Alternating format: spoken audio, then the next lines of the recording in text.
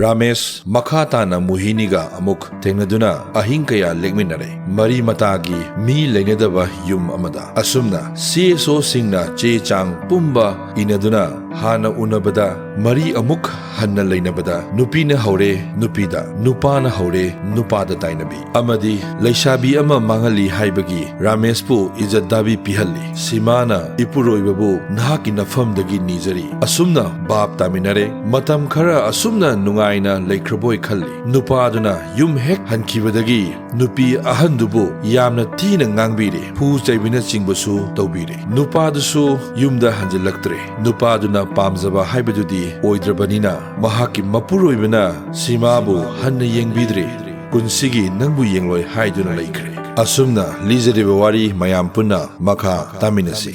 Tabak Tawi Ramesh Sarkargi Tabak Ama Tawi Haiduna Nupi Naha Leisabi Nupi Amaga Lonna Mari Leine Nupi Dusu Masak Matau Watabi Kuchu Kumen Fazai Sabal Fazai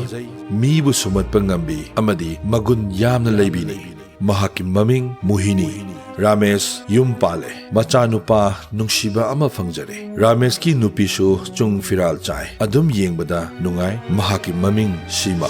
Karamba Nupi Nadi Nungai Fam Tokani Mahaki Mapuroibana Atopa Nupi Leisabi Amaga Mari Leinaraga Mahaku Hanna Yengbidrabadi Nahak Karam Fawani Amadi Karamba Kongthang Thangani Haibiyu Adom Gi Wakhala Leiriba Makagi comment box da Haibiram Ramesh Nungti Numit Khudingi Nungdangda Wari Sane Mohiniga Haibadi Leisabi Nupi Mohiniga Imungi Wakhal Kauthokre Leisabi Adugi Wakhalda Tauduna Laikre Macha Fauba Nungshiba Masak Khandre Simabuso Mahakna Hanna Yenglamde Makoigi Imung Mohinigi Wahodagi Kayarak Hanna Makoi Ani Khanne Ramesh Leisabi Nupi Aduga Wa Pumba Tanakre Karigumba Kanda Sima Wakhal Mong Khali Aigi Nupa se Nupi Duna Leiwatinwa Tauduna Phakraba Jala Haina Simana Mohini da phone Tauduna Kayarak Hanna Haije Karigumba Kanda Makoi Ani argument Yamna Taune Masam Poinade Haiba Kaktani Ngairiba Karigumba Kandana Makoi Anina Wari Sanaringaida Simana disturb Taurubagi Sai Thangba Pubiba Kayamani Ramesh na Tauriba Simagi Imungi Leina Asum Hengalagi Nupadugi Mong Matauduna Karamna Mohinina Usitkani Karigumba Kanda Magi Nupana Mabu Karemne Madi Aigi Lukhak Sengbi Aigi Minai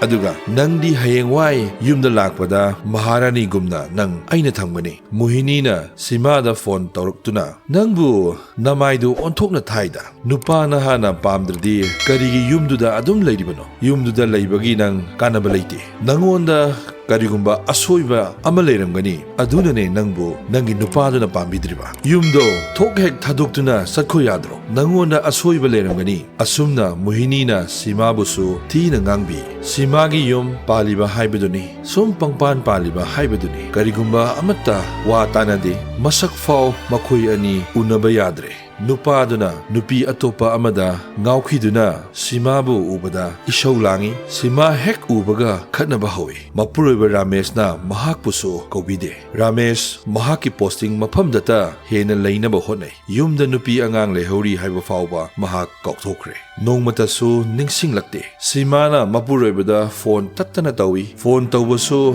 Aremba Taraga Toi Makoi Anigi Yumban Mariso Lekhidaba Kuire Masa Fau Sokpide Ramesh Yumda Suti Lakpada Mahaki Wakhal Ado Kok Amada Asum Tauduna Laikre Simana Wahang Amahangi Wari Saba Khara Haudoi Adubu Nupaduna Khatnaba Hawi Haiduna Mahakpu Thina Ngangbi Nahak Napamda Chatkro Karigino Nang Yumasida Asum Leiriba Asumna Ramesh na Thina Zaibi Ramesh Amadi Mohini Makoi Ani phone da wari Adum Sanarami Simagi Mamang Maktada Sanage Haibagi Matagom Tauge Yauna Taubo Sumali Upai Leite Sima Thawai Yamna Waduna Mahak Thamoi Nungda Chakjai Mahaki Thamoi Khangbada Aduki Matik Wazai Sima Wakhal Tawi Nupi Theraba Nupani Khangna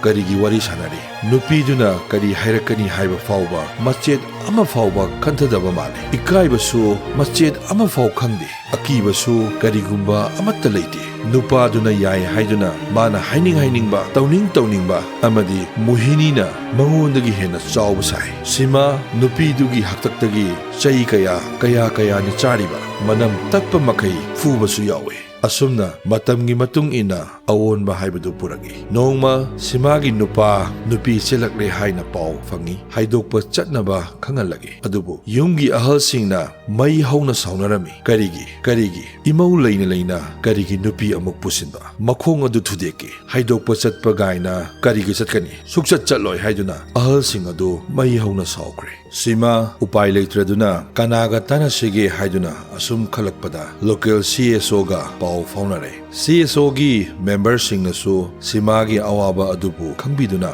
membersing aduna Ramesh amadi Muhinina makhoi anina leiriba mafamda chattuna bab taminasi haiduna makhoi animak amadi simabu office ta laknaba khanghalle. Nupi ahal simana Muhinida sangsinduna haijai aigi ipuroiba nangi nafamdagi ai nijari pikliba ichasigi khanbiduna aigi ipuroibabu aingonda sinabiu nahakti leisabini atopa nupa ama yengkhiba yai ima ichadi madu yaba nate ipuroibana aibu yengbidaba amadi sokpidaba kuire aigi waso ipuroibana tabidre yumda mahak pakhang saduna adum leikhre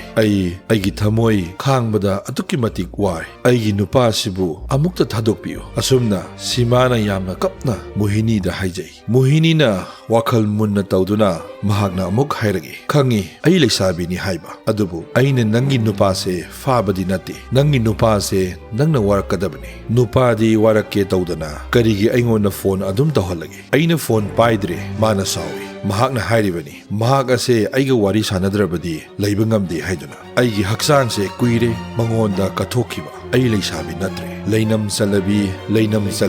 haujik aina kanaduna amuk minamgadaba karamba nupaduna aina amuk yum pangani aigi punsi sibu mangu haibro nupi lonba nupa asibu ma mathanta nate aikhoi punna leiminaba suyai pumnamak ase aina thohan banate nangi nupa sina thokhan bani Ramesh tumina leirambadagi mahaki wafam khara amuk mana amuk hairagi mayam ai punna leiminajagi makhoi animak kainaba pamde aigi nungshiraba icha sisu ai yamna nungsi icha se ai kainaba ngamloi icha se aigi pothafamni ma udabada ai leingamde nakhai sengna ai makhoi aniga punna leijagi mayam asumna makha tarakpada makhoi ani haibadi sima amadi Muhini awai akhum taunaduna yamna khatnai Muhini na hairagi aibu senbiraga haidokpa su satpide ai kadai da changani karamba yumdano aina changlugadaba nangi nupana bab tadraga aingonda karigino taina biriba aise nangi nupana ijat lekha tahalabi nupi amani organization gi members sing na wa khanai makhoi ani se khaidoknabada khara luna thokani khara thina chairuragana kari amuk thorakpa members sing na Muhini da fazana hairame nupa sina nang manghan banate nasana sayana duna nakhoi ani na chatakhiba thabak ngaktani namduna nangi ijat manghan khiba oiramloi nangi su asoi belai maramdi nang nasana yari nasana nasabu manghan bani nupi angang leire khangladi karigi nangna thina chaiduna mahakpu tankidabano nakhoi ani su hekta mari leina sile nangna maram oiraga migi imung asibu mathak makhani olhaliba matungda migi nupa sida nang amung hana yetke khangano phone tarok labasu nang phone adu pairugano karigumba henjelaglagana aikhoida pau piragu aikhoina mahakpu fazana tik tauge nupida yet pasi khoi pamde karigumba nupi ahansina case thangalaklabadi nakhoi animak dandi fangani aduga nupa sigisu thabak fawba tatpa yai maram aduna ningthina gyan tana hairingaida bab tagadabani ngasi lamdam sida wathok makhal kayani migi nupi koirubagi nupi leiban Nupana Pakhang Saduna Leisabi koirubagi mau oiraba nupina Leisabi Saduna Pakhang da chenbagi society asida nongma kangna thokliba imung kayani mathak makha onduna kang khong chairiba Muhini ngasai makhai tumina leiba adu ngamdraduna mahaki thamoida leiba wa khara mahakna phongdolage ai mabu nupi thi haiba ai hana khangde karamba nupi thiba nupada kanana leiningani atombi kanasu oiningba nate mana Pakhang Saduna aibu koibani mana aibu yamna nungsibi mikup kudingi aingonda phone tawragi aina karamna thajagani mahak nupi thirabani haiba nupa bu ngaujo sanu haiduna thadokpaga chap mane kona thangda ibani achetpa mari thamkhraba matungda ai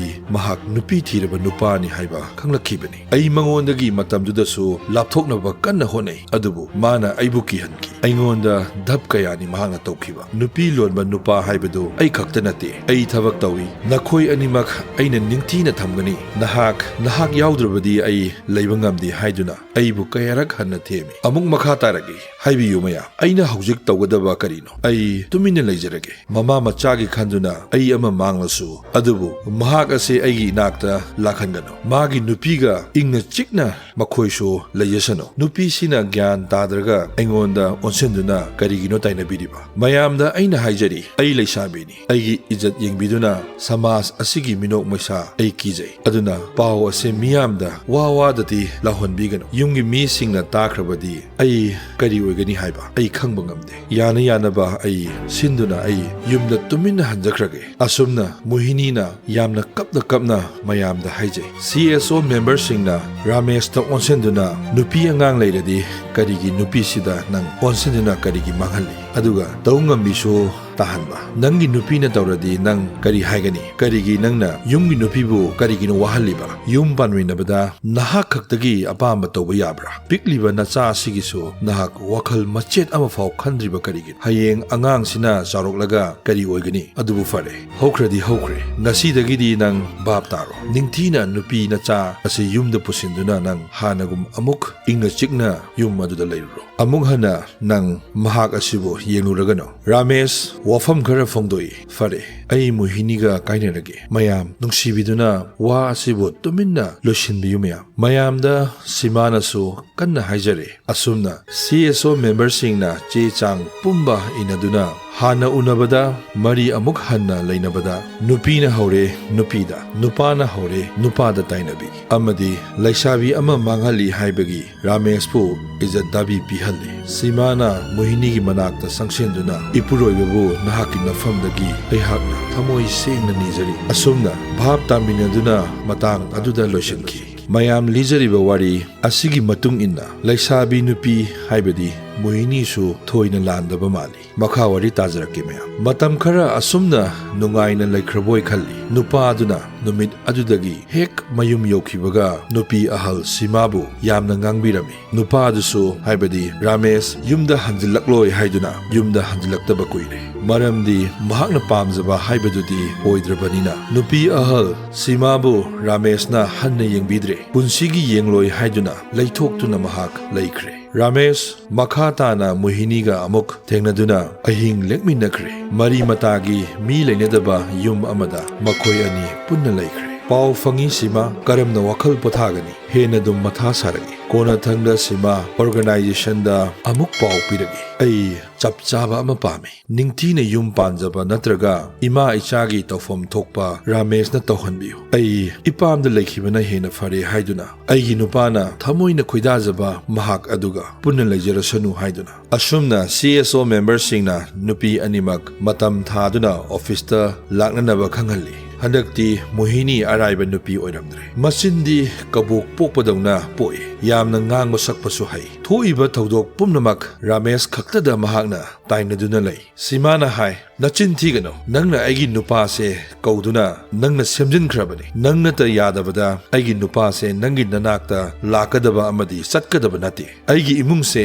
nangna mathak makha olhalibani ipuroibana aibo hanna yengbidre pumnamak ase nahana thohanbani organization gi member singna makha taragi sima nangna lepkadaba ama lepo nangi hak yamna chawe aina haiba amasu lai nangi nupa se bab tararoi aikhoina mahakpu bab tahanbasu ngamoi amadi mahakpu question senaba ngamloi waroisin ama puraknaba tausi nangi nupa sina muhinibu yamna pami nang adu khangba natra adudi nang kari tawbtai ani lolanchira natraga aini mateng lawgi haibra aduga makhoi animak jailda thajinkrasi haibra simana hairage ima icha akhoi ani di chachakhragi ai lonabi oibadudi ai pamde Ramesh pusu organization na thabak mafam dagi kawe wahang hangi nahakna apama nupi ama lawro wa ama akhoi solution ba pame yumda nupi angang da ot nei duna amadi yengbidana laiba adu yararoi sima nangisu apama mot phongdo tiliba miyam haibadi organization gi member sing nasu loina khangi madudi simana mapuroi babu kayamuk nungsijai haiba simana hairage ai